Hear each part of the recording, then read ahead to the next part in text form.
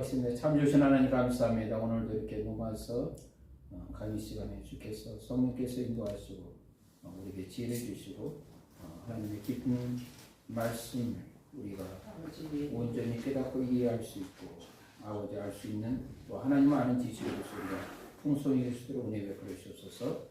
존귀하신 예수님의 이름으로 기도합나이다. 아멘. 자, 우리가 이제 로마서 1장 18절에서 3장 20절까지 부분에 대해서 우리가 저번 주에 제가 말씀을 드렸는데 여기서 가장 쉬운 이겁니다.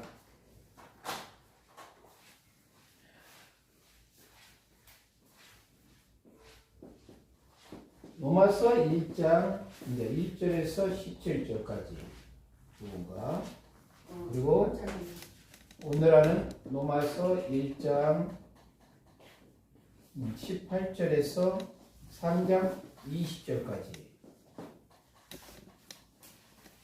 그리고 로마서 3장 21절 이 사이에서 우리가 뭘 알 수가 있냐면 로마서 1장 1절에서 10절까지는 복음과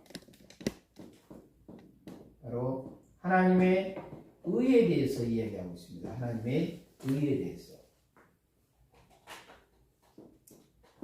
그리고 로마서 3장 21절서부터는 율법과 선지자 외에 선지자를 통해서 증거받은 것. 그 증거받은 게 바로 하나님의 의라는 거죠. 하나님의 의에 대해서 이야기하고 있습니다. 그러면 1장 18절에서 3장 20절까지는 뭘 이야기하느냐? 이 하나님의 의를 받지 않을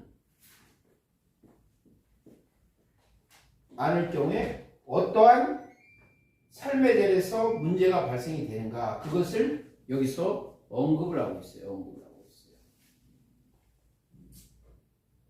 자, 거기서 이야기된 것은 두 가지 반론에 대해서 아까 저번 주에 제가 말씀드렸죠. 믿음으로 의롭다는 거기에 대해서 이방인들이 반론하고 유대인들이 반론하고 있습니다. 이방인들의 반론에 대해서 핵심은 뭡니까? 하나님을 알지 못했다. 우리가 하나님 아는 기회가 있었다면 하나님께 예배했다. 그런데 하나님을 알지 못하는 우리에게 있어서 하나님께서 우리를 심판한 것은 우리가 억울한 일이 아닌가라는 부분에 대해서 반론하고 있습니다. 거기에 대한 바울의 대답은 뭐죠? 이방인들도 하나님의 존재를 충분히 알 수 있었다. 그러면서도 하나님을 거부했다는 것이죠. 그리고 유대인들에 대한 반론은 뭡니까? 율법과 할례를 갖고 있었다고 그렇죠? 유대인 부분에서 율법과 할례를 해서 우리는 선민이다. 근데 선민이 왜 심판을 받느냐? 이건 말이 안 된다라고 이야기했을 때 거기에 대한 바울의 대답은 뭡니까? 유대인들도 하나님의 심판에서 예외가 아니다. 왜 그랬습니까? 율법에 대해서. 율법은 뭡니까? 행하라고 주는 거라는 얘기죠. 하나님의 선택된 백성으로서 그것을 행하라고 준 것이지 그것이 특권 의식을 가지라는 것은 결코 아니다. 그러니까 율법을 수여한 것이 하나님으로부터의 심판에서 그 심판에 대한 유대인의 심판에 대한 것을 면제시켜 준 것은 아니다라는 것에 대해서 언급을 해주는 거예요. 그래서 또한 할례 부분에서 이야기했죠. 육체의 할례가 중요한 것이 아니라 마음의 할례가 중요하다라는 것에 대해서 핵심으로 그 논쟁을 진행하고 있습니다. 자, 이제 이 논쟁을 진행하면서 우리가 세부적인 부분에 1장 18절부터 한번 언급을 해보겠습니다. 1장 18절. 로마서 1장 18절 말씀해 보게 되면 몇 가지 중요한 언급을 하고 있습니다. 로마서 1장 18절에 보게 되면 사도 바울은 로마서 1장 18절에서 뭐라고 언급을 하고 있냐면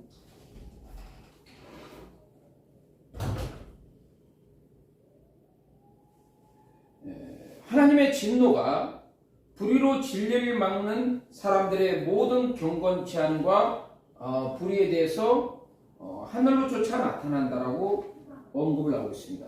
하나님의 진노가 불의로 진리를 막는 사람들의 모든 경건치 않음과 불에 대해서 하늘로 쫓아 나타난다라고 이제 언급을 하고 있습니다. 자, 그렇다면 여기서 이제 하나님의 진노.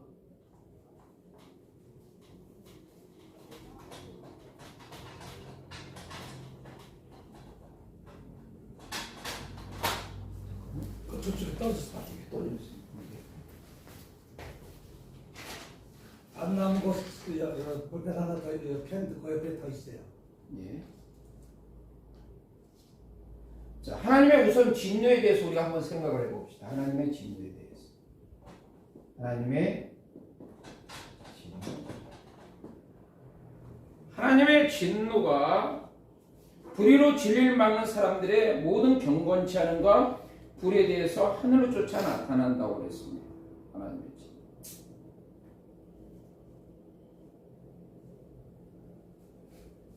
자, 하나님의 진노를 달로 표게 되면 하나님의 어떠한 보복이겠죠. 죄인에 대한 하나님의 보복이다라고 우리가 볼 수 있겠습니다.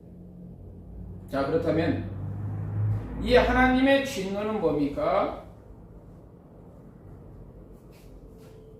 벌을 받는, 하나님의 진노를 받는 편에서의 느끼는 정서다. 하나님 편에서의 정서가 아닌 벌을 받는 죄인 편에서 느끼는 감정이다라는 거죠. 진노. 이 진노라는 개념이 하나님 편에서의 어떤 정서가 아니라 실제 그 벌을 받는 죄인 편에서 느끼는 감정이다. 감정이다.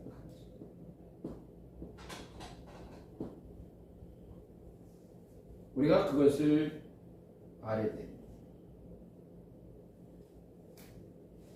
그러면 불의는 또 어떤 의미를 갖고 있습니까? 불의.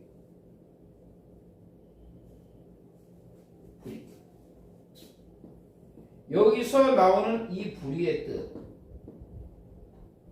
이 불의의 뜻이란 것은 바로 하나님께 속한 것을 자기 것으로 만들어서 하나님께 합당한 영광을 부당하게 탈취하는 것. 그러니까 한마디 말해서 하나님의 영광, 하나님의 속한 것, 이것을 부당하게 탈취한 것이다. 그게 뭡니까? 그게 바로 불이다. 하나님 것을 탈취한 거예요. 탈취. 자, 다시 아까 얘기했습니다. 진노는 뭐죠? 벌을 받는 죄인 편에서 느끼는 감정이다. 근데 이 진노는 하나님 편에 속한 정서가 아니라 그 벌을 받는 죄인 편에서 느끼는 뭐다? 감정이다. 감정. 그 다음 불의는 뭐죠? 불의는 하나님께 속한 것을 자기 것으로 탈취하는 거예요. 이게 불의라는 얘기예요. 하나님께 속한 것을 자기 것으로 탈취하는 거예요. 이게 바로 불의라는 얘기죠. 그러니까 우리가 통상적으로 생각하는 그 불의 개념하고는 좀 의미가 좀 다릅니다. 그렇죠? 진노도 바로 죄인 편에서 느끼는 감정으로 얘기했고, 불의는 하나님께 속한 것을 탈취하는 거예요. 그것이 바로 불의다. 그럼 불경건은 뭡니까? 불경건.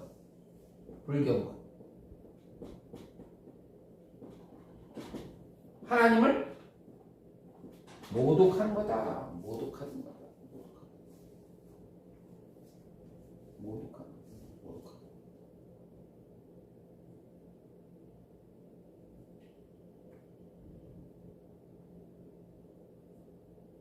그리고 19절에 보게 되면 이는 하나님을 알만한 것이 저희 속에 보임이라.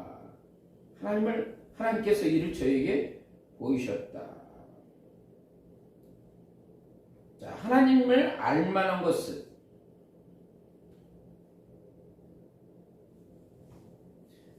이제 여기서 이 단어에 대한 이제 문장에 대한 것을 우리가 좀 이제 이해해 볼 필요가 있습니다. 이 부분에 대해서.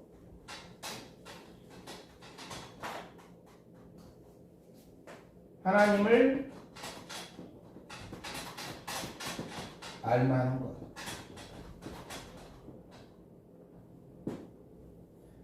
자, 우리가 하나님을 온전히 알 수 있습니까? 없습니까?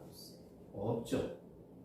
하나님께서 우리에게 허용하신 그 범위 내에서 우리가 하나님을 알 수가 있습니다. 아멘. 하나님께서 우리에게 허용하신 그것을 우리에게 보여주셨다. 보여주셨다. 하나님을 알만한 것을 우리에게 보여주셨다. 보여주셨다. 그래서 20절에는 그러면 그 하나님을 알만한 것이 무엇이냐? 하나님을 알만한 것이 무엇이냐가 구체적으로 나와 있죠. 창세로부터 그에 보이지 않는 것들, 그 영원하신 능력과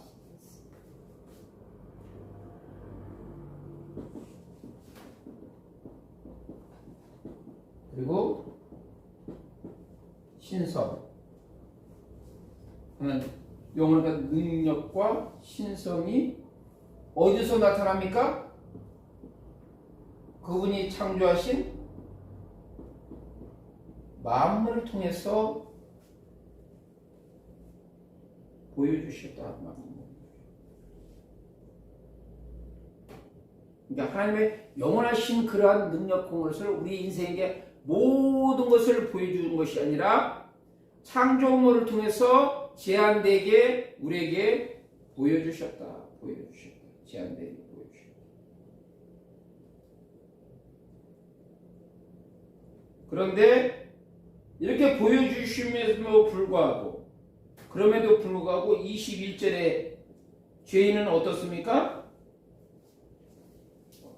여기에 대한 인간의 반응. 인간의 반응은 뭡니까? 감사도 안 하고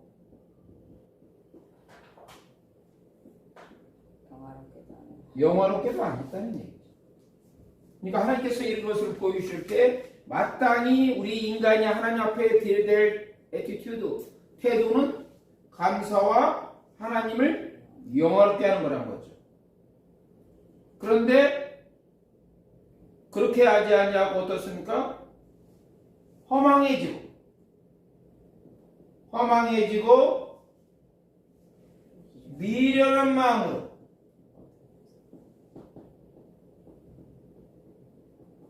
어두워졌다. 허망해지고 어두워졌다는 거죠.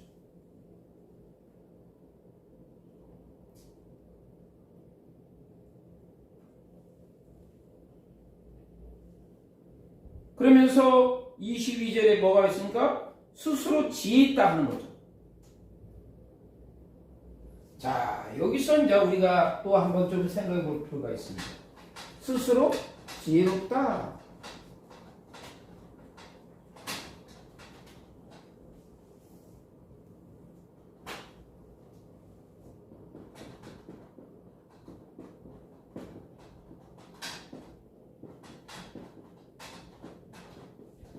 스스로 지혜롭다 여기는 거죠. 지혜롭다 여기.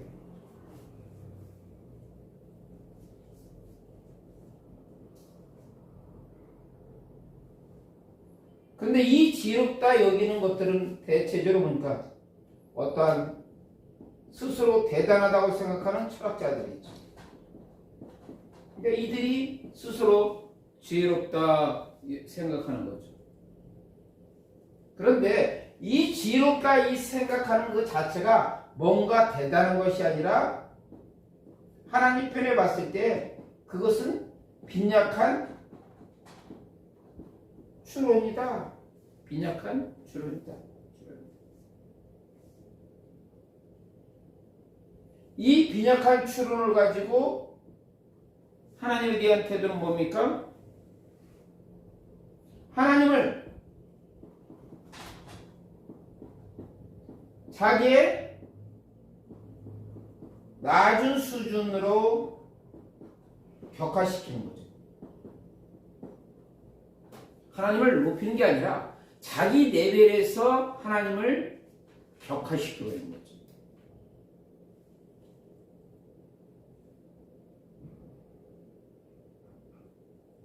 이것을 통해서 하나님의 영광을 사람과 금수와 버러지 형상으로 바꿔버린다는 이러한 잘못된 태도를 취하는 것이다.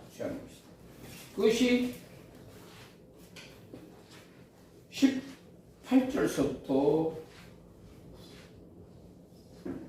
23절까지의 그 말씀입니다. 자, 거기서 나타난 것들은 뭡니까? 이 오늘 나왔던 1장 21절에서 이제 31절 구체적으로 언급된 부분들이 있는데 1장 21절 하나님의 진노에 나타난과 선포해서 이제 구체적인 예들이 1장 21절에서 31절까지 부분입니다. 그래서 크게 구분되면 1장 21절에서 23절까지는 뭐가 나오죠? 우상숭배예요. 우상숭배가 나와요.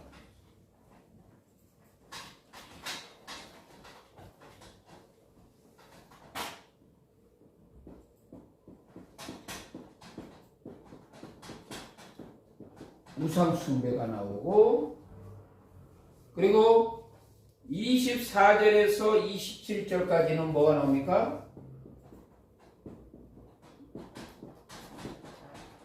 성적 타락. 그리고 28절에서 31절까지는 인간관계 파괴에 대해서 나오고 있습니다. 우상숭배.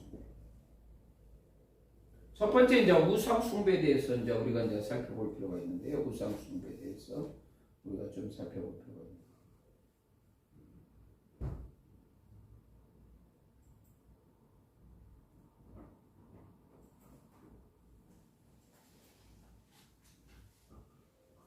이 우상 숭배에 대해서 했을 때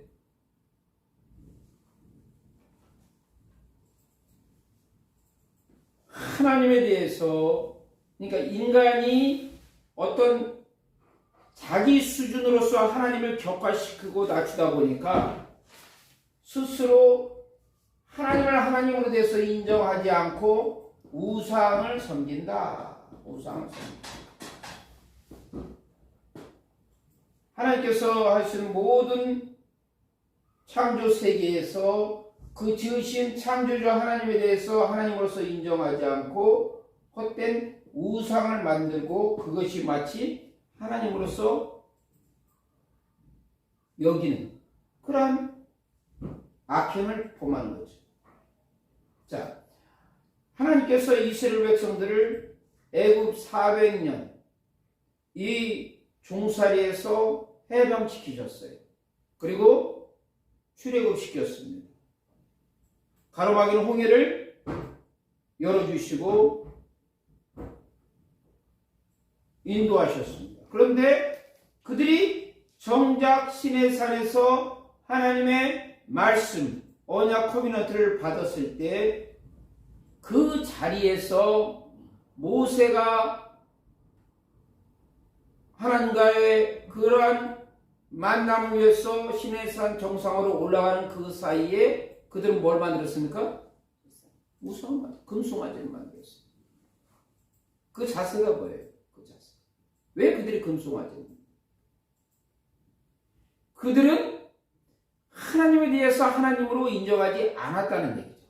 이미 그들은 뭡니까? 경험을 했어요.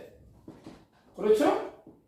그들은 자기를 의회 생활에서 자유롭게 하신 하나님의 위대하신 능력을 경험했습니까? 안 했습니까? 했어요. 하나님께서 애굽 땅에 10가지의 재앙을 쏟아 부으셨어요.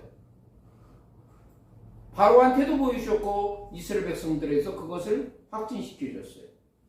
그럼에도 불구하고 그들은 어떻습니까? 그 하나님을 하나님대로 인정하지 않는 것. 하나님을 하나님으로서 인정하지 않는 것. 그리고 그들을 애굽에서 인도하신 하나님을 금송아지를 만들어서 그 금송아지가 마치 인도하는 하나님으로서 하는 것. 그 태도가 뭡니까? 바로 그것이 우상숭배다. 우상숭배다. 이와 마찬가지로 바울은 19절에 뭡니까? 하나님을 알만한 것. 그 다음에 창세로부터 그에 보이지 않는 영원한 능력과 신성. 그것이 만물에 나타납니까? 안 나타납니까? 나타나죠. 우리가 이제 이것을 보여야 돼요. 우상숭배에 대해서. 하나님께서 모든 만물을 통해서, 하나님께 주신 만물을 통해서 그의 영원하신 능력과 신성을 보여주셨어요? 안 보여주셨어요? 그런데 죄인인 인간은 하나님을 영원롭게 하지 않고 오히려 헛된 우상을 만들어서 그것이 마치 하나님으로 섬기는 것. 이게 바로 우상숭배라는 얘기죠. 그리고 하나님께서 이스라엘 백성들의 400년 동안의 노예 생활에서 해방시켜서 출애굽시킨 그 위대하신 하나님을 분명을 통해서 보여주셨는데 그들은 뭡니까? 금송아지 만들어서 이 금송아지가 애굽에서 출애굽시키고 인도하신 하나님을 받는 거죠. 이것이 뭡니까? 불의한 것이다. 이것이 뭡니까? 경건치 않는 것이다. 이것이 바로 하나님의 진노를 일으키는 것이다 라고 언급을 하는 거예요. 이제 이해가 되셨죠? 근데 이 얘기가 우상숭배와 성적 타락과 그 다음에 인간관계의 타파, 이것은 이제 이방인을 대상으로 하는 건데 사실 뭐 이방인뿐 아니라 유대인도 뭐 여기에 범죄에서 벗어나진 않겠죠. 그렇죠? 우상숭배하는 것, 성적 타락한 것, 인간관계의 타락. 근데 이 얘기는 어디하고 핵심입니까? 이것을 알아야 돼요. 1장 1절에서 17절까지 여기에서 복음과 하나님의 의, 이것을 받아들이지 않는 인생들은 이방인이나 유대인이나 무슨 범죄를 벌한다? 우상숭배와 성적 타락과 인간관계의 타락과 율법을 자랑하거나 할례를 자랑해도 결국 하나님의 의를 도달하지 못한 것을 바울은 논리적으로 이것을 증명하고 있는 거예요. 그리고 나서 3장 21절에 바로 하나님의 의를 받아들여라 라고 다시 한번 강조하는 것이다 라는 것을 우리가 알 수가 있습니다. 첫 번째 우상숭배가 이것이 있다면 두 번째는 뭐가 있죠? 성적 타락. 특히 사도 바울이 로마서를 기록한 장소가 어디냐면 고린도 지방이에요. 고린도는 어떻습니까? 성적으로 상당히 타락한 도시예요. 그렇죠? 성적으로 상당히 타락해요. 여기에서 신전에서는 무려 한 1000명 이상의 사제들이 거기서 그러한 우상을 섬기는 데 있어서 봉사하고 있었다고 합니다. 이들이 이 제사 지내고 난 이후에 이들의 신전에서 봉사하는 그 무리들과 제사 지내는 사람들하고 성적 타락을 하는 거죠. 육체적인 관계를 맺는 거예요. 근데 육체적인 관계를 맺는 걸 통해서 그것을 통해서 그들이 뭔가 원하는 그런 목적을 달성하는 부분들이 있는데 그것이 바로 고린도 지방에서 다른 어떤 도시보다도 심각하게 많이 행해졌다는 얘기죠. 그래서 사도 바울이 그것을 염두에 뒀던 거예요. 그러면서 성적 타락 부분에서 대표적인 것, 가장 하나님께서 가증하게 생각하는 것이 뭡니까? 바로 소돔이 뭐 때문에 여러 가지 많은 죄악이 있었지만은 이 동성애 죄악 때문에 더 강하게 하나님의 진노를 받을 수밖에 없었다는 것이죠. 자, 이제 동성애 부분에 대해서는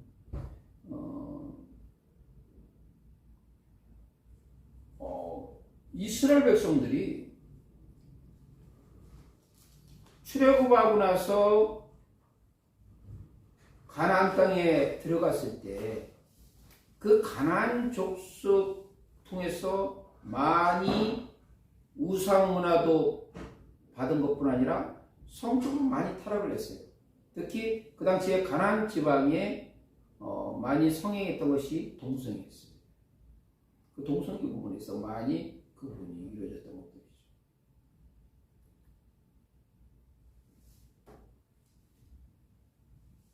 자, 동성애 부분에 대해서는 뭡니까? 이제 24절부터 이제 언급이 되고 있죠. 동성애 부분에서는 하나님께서 저희의 마음의 정욕대로 내려사 저희의 몸을 서로 욕되겠다. 그리고 25절에 보니까 저희가 하나님의 진리를 가진 것으로서 바꿔서 피조물을 조물조보다 더 경배하고 섬겼다. 그래서 어떻습니까? 26절에 이제 구체적으로 동성애가 나오죠. 이를 인하여 하나님께서 저희를 부끄러운 욕심에 내어버려 두셨으니 곧 저희 여인들도 순리대로 쓸 것을 받고 영리대로 쓰고 이와 같이 남자들도 순리대로 여인 쓰기를 서로 버리고 서로 향하여 음욕이 불릴 듯하며 남자가 남자와 더불어서 부끄러운 일을 행하여 저희 그릇 때문에 상당한 보응을 그 자신이 받았느니라. 그러니까 바울은 언급하면서 하나님을 떠난 인생들이 결국적으로 뭡니까? 우상 숭배와 성적 타락과 인간관계 부분에 대해서 파괴된 이런 현상을 보여주는 거예요. 그럼 결국 이들이 필요한 건 뭡니까? 이방인들이 필요한 것은 이걸 통해서 복음이다. 복음을 통해서 온전하게 회복하라라고 이제 이야기를 하고 있는 거죠.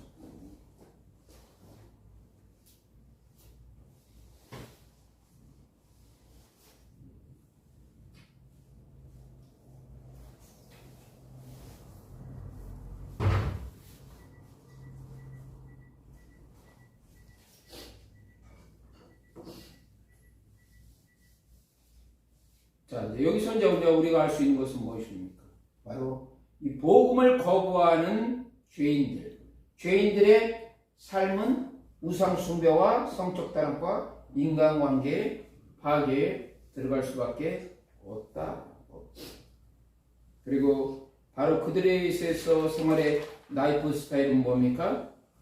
바로 하나님께 속한 것. 아까 그 단어 설명하면서 얘기했죠. 불의를 설명하면서 바로 하나님께 속한 것, 그것을 자기 것으로 만들어서 그분에게 합당한 영광을 부당하게 탈취하는 것. 그게 바로 불의한 삶을 산다.